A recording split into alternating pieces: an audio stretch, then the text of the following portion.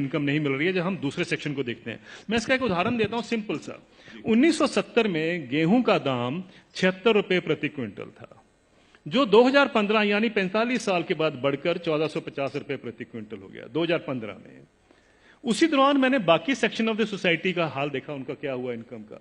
मैं सिर्फ बेसिक पे और डीए ले रहा हूं। उसी दौरान में 45 साल के पीरियड में सरकारी मुलाजिम की जो बेसिक पे और डीए है वो 120 से 150 गुना बढ़ गया, और जो स्कूल टीचर्स की जो तनख्वाह बढ़ी है उस दौरान में वो 280 से 320 गुना बढ़ गई, और जो कॉलेज के यूनिवर्सिटी प्रोफेसर हैं उनकी तनख्वाह 150 से 170 गुना बढ़ी है उस 45 साल के पीरियड में। किसान की जो इनकम है, जो गेहूं के दाम से या धान के दाम से आप नापेंगे, वो 19 गुना बढ़ती है।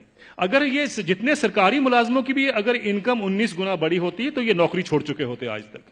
प्रॉब्लम यह है कि किसान का हक क्या बनता है। अगर हम 45 साल के बाद जब उसको 1450 रुपए मिले थे, अगर मैं 100 गुना भी उसकी इनकम बाकी इनकम पैरिटी के नॉर्म से चलता हूं, तो उनकी इनकम जो है या उनका मिनिमम सपोर्ट प्राइस जो है वो 7600 रुपए प्रति क्विंटल बनता था। ये उनका हक है। 7600 रुपए क्विंटल बनता था, उनको मिला 1450 रुपए। फिर ये कहा जाता साहब ये पैसा कहां से आएगा। कभी आपने पूछा जब कॉर्पोरेट को पैसा दिया जाता है कहां से आएगा? कभी आपने पूछा 7वां वेतन आयोग का पैसा कहां से आएगा? 7वां वेतन आयोग जब सारे देश में फैलाया जाएगा, अभी तो सिर्फ सेंट्रल गवर्नमेंट का है, तो क्रेडिट स्विस बैंक की स्टडी कहती है 4,80,000 करोड़ रुपया हर साल एडिशनल खर्चा होगा। किसी ने नहीं पूछा कि पैसा कहां से आएगा, किसी ने नहीं कहा कि फिस्कल डेफिसिट बढ़ जाएगा। आप किसान को 2 लाख रुपए दे दीजिए, 2 लाख करोड़ रुपए अनाउंस कर दीजिए साल का देंगे, हाहाकार मच जाएगा इस देश में। अरे ये पैसा व्यर्थ जा रहा है, ये लोग डिजर्व नहीं करते हैं, ये सारा कुछ होगा, फिस्कल डेफिसिट बढ़ जाएगा। लेकिन इंप्लॉइज के लिए किसी ने कहा फिस्कल डेफिसिट बढ़ जाएगा? ये सारी इकोनॉमिक नीतियां हमें जानने की जरूरत है। ये किस तरीके से डिजाइन बनाया गया है कि किसान को हम गरीब का गरीब ही रखें, और ये पॉलिसी कितने दशकों से चलती आ रही है, सब सरकारें इसमें सम्मिलित हैं। अब आपका जो सवाल था कि ये क्या कारण है, इसका कोई बीच का रास्ता भी हो सकता है। बीच का रास्ता हम क्या ढूंढते हैं, मुझे एक छोटी सी बात बता दीजिए।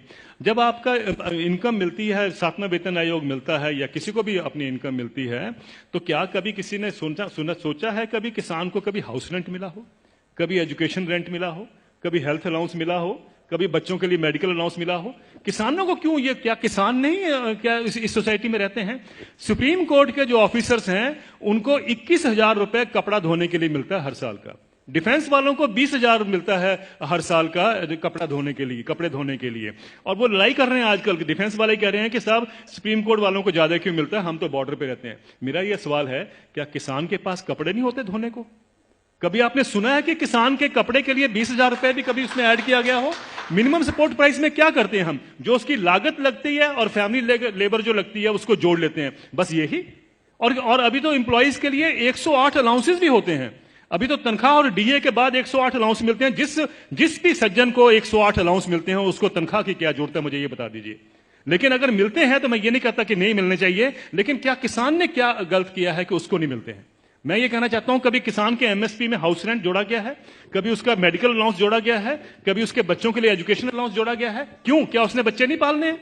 हम ये क्यों मान के चलते हैं कि किसान तो हमारे देश के ऊपर बोझ है, इसके ऊपर हम दान कर रहे हैं? आप दान नहीं कर रहे हैं, आप उसको एक्सप्लॉइट कर रहे हैं, आप किसान को निचोड़ रहे हैं, और उसी के साथ आपकी अर्थव्यवस्था चलती है। ये अर्थव्यवस्था के जब तक हम ढांचे को नहीं देखेंगे, हमें समझ नहीं आएगा कि किसान को मार इतने सालों से क्यों पड़ा।